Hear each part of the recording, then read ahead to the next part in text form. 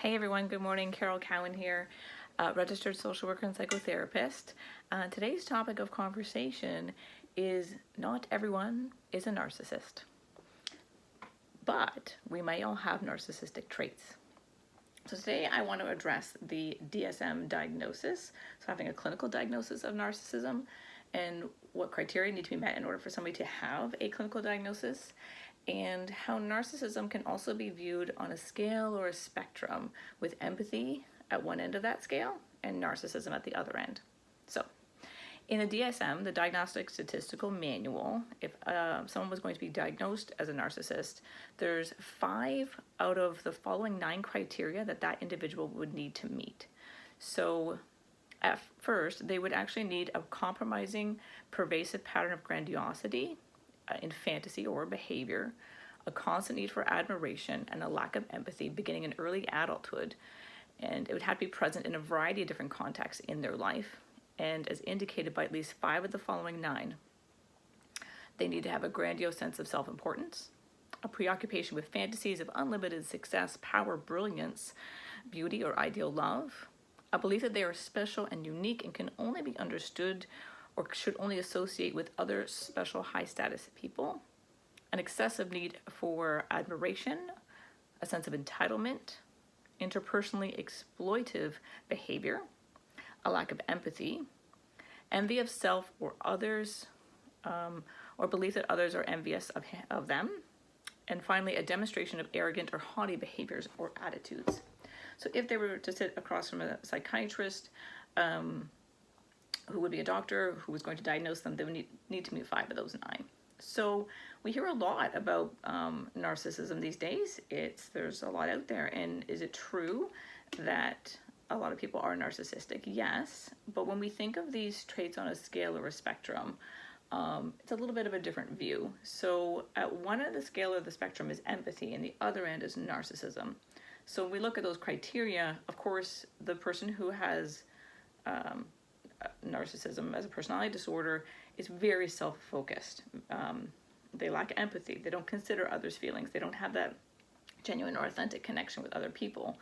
And there's that sense of entitlement. So they're very, very self-focused. And at the other end of the spectrum are people who are focused on others, right? They have kindness, they have empathy, they can feel the pain of others, they feel connected to others, and that's beautiful. Empathy is absolutely necessary for us as humans.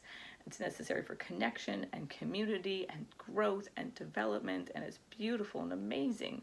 And on that scale or that spectrum, there's actually a middle ground. And what I want to talk about today is that middle ground.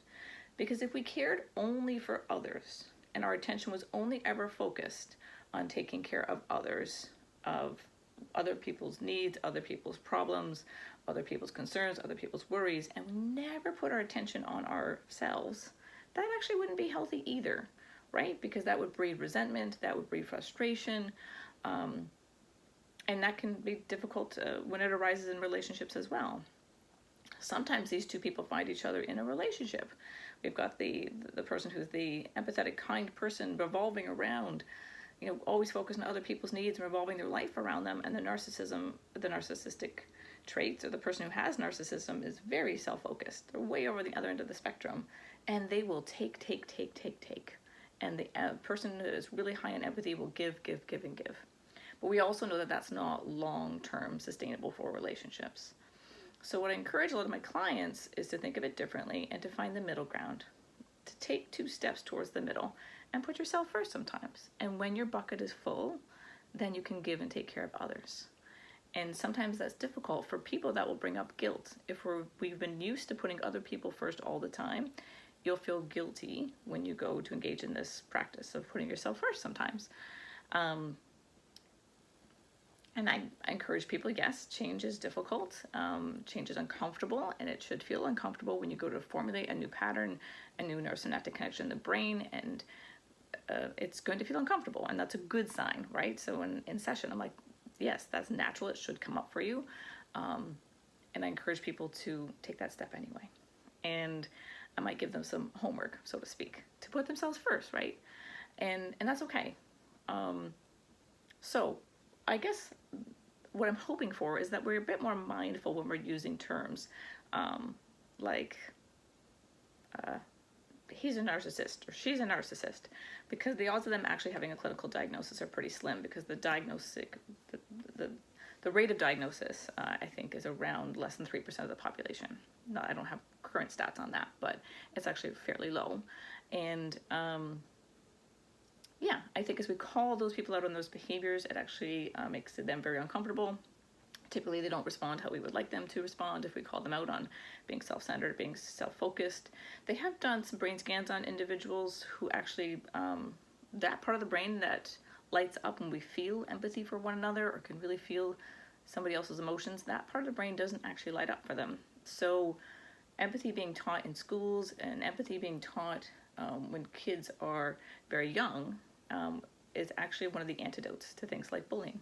So the sooner that we can demonstrate empathy and show empathy for one another, and at the same time put ourselves first when we need that, I think that's the solution. And of course, just being more mindful if or when we're going to use that term narcissist. Take care. Have a great day.